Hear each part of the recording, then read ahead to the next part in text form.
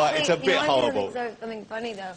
On the Monster Ball tour, we make these for the guys that rig my show because they get cold sometimes in the arena. So we have little we call them snuggies. Snuggies. So they're walking around like all in one blanket suits. It says Monster Ball on the front. Wow. Well, like you have to send me one of those. But I don't wear.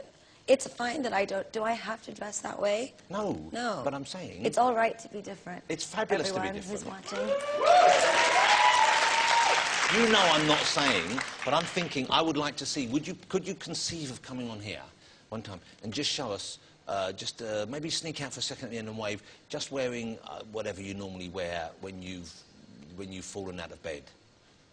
I look impossibly fresh when I fall out of bed. But I would say this, that I would rather die than have my fans not see me in a pair of high heels. well... And that's showbiz. That's a mission statement. Let me ask you about... can I ask you about your personal life? Hello? Well, OK, I won't push it, but I was just curious as to whether or not there is, at the moment, a Lord Gaga. I don't really have time to get to know anybody. I'm sort of single and alone, but I'm not miserable. Not yet. I'm sure it's coming. It's looming. No, but I don't have time to get to know anybody on the road, and I am so busy, and nobody will put up with my craziness. I'm sure, come on, I'm sure there will be someone else. Jonathan, I just threw my last tour out the window and put a new show together in 2 weeks. But if you are over here, whatever you do, don't marry a footballer, OK? Why would I marry a footballer? Exactly. That's a question any sane girl should ask herself. I feel completely detached from the celebrity world. I mean, I know that I do get, sort of hounded a bit, but you never see me falling out of nightclubs. No, you don't. You're not that. Other people. I really don't know anybody. I don't have any friends. You don't have any friends? Well, maybe we should. I have my friends. My friends are amazing. They're all backstage. Hold on. Michael's perked up there. Michael, don't get ahead of yourself. Who's over there? Let's have a look. Those are my friends. Oh, those are my friends. I love them so much. One in particular wants to show you just how big a friend he is there. That was like a friend dance he did there. No, they're actually all on tour with Gaga, me. do people try and engage with you as a friend? I mean, do you have people come up to you, or do you just? I guess you're not seen out and about in normal places. People can't meet you.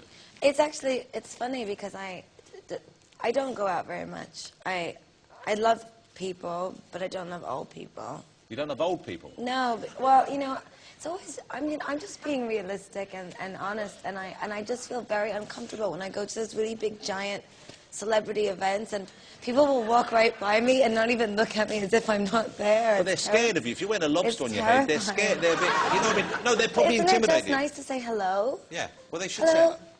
But, good morning. But I can't believe that. I think, because when I was at the Brits, everyone was excited you were there, and everyone wanted to talk to you. I didn't speak to anyone at the Brits. Shall I tell you why? Okay. Because, and obviously you need security around you, but I was hanging out the back and we were waiting to drive home, and I saw you getting out your car, and obviously you had this big, huge meringue of hair on your head, which looked incredible, and you had a great effort, but you kind of had a lot of people around you to get you into the car and get you there, and it kind of looked like, it was a bit like, I imagine how it must have been to try and talk to an American president. You know what I mean? There was a lot of hustle and bustle and security around you. And I guess you have to have that because you're a very big character. Actually, it was probably just because my hat was very big and I couldn't get into the car alone. One thing before you go to perform, because are you going to get changed again to perform, or are you going to do it in this? Yes, I'm going to I thought you probably would get changed again, yeah. One fun thing, though, I've seen you've duetted with so many people recently. You've so many big talents. Anyone particularly you've got your eye on that you'd love to work with? Actually, right now, I just did a telephone video with Beyonce, which is coming out this week. Wow. And, I don't really want to do a duet with anyone right now. No, I'm happy with what... I think it's important for, especially in the pop world, when there's so many duets and features all the time, I think it's important for the sort of legacy of your music to stand on your own 2 feet as much as possible. So I probably won't do anything for a while, actually. Well, you don't need... I just wonder whether... I mean, David Bowie, would you like to work with him? Yeah. That was the one I wasn't going to say, but there you go. Why were you not going to say that?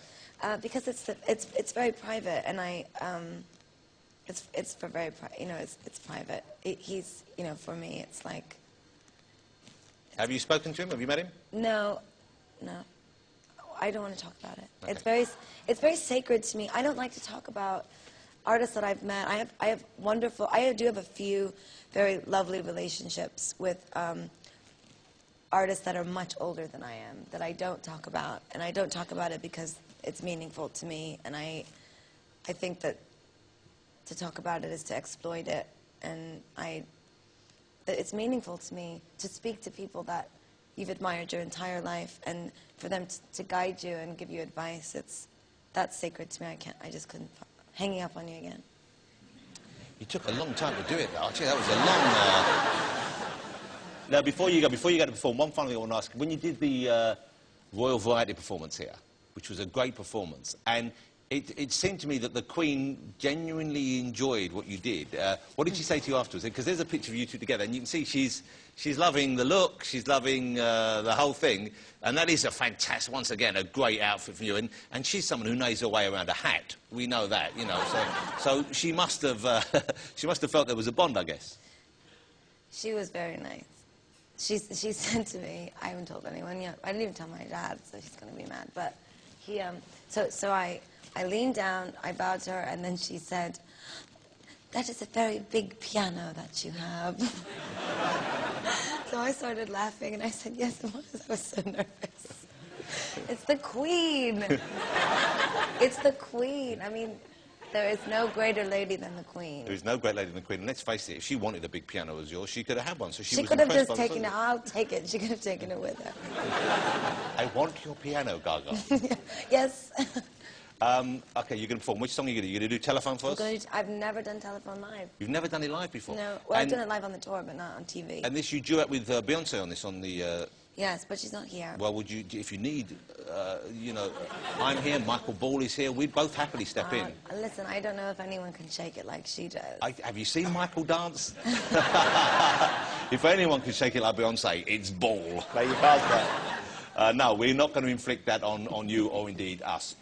Lady Gaga is going to perform Telephone first, but will you join me in saying thank you to her for coming back on the show and for being not just a brilliant tenor, but also for talking to us in a way which I think was very open, and it was lovely to see you a bit more relaxed than last time.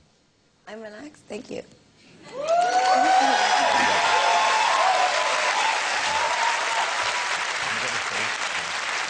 Fantastic.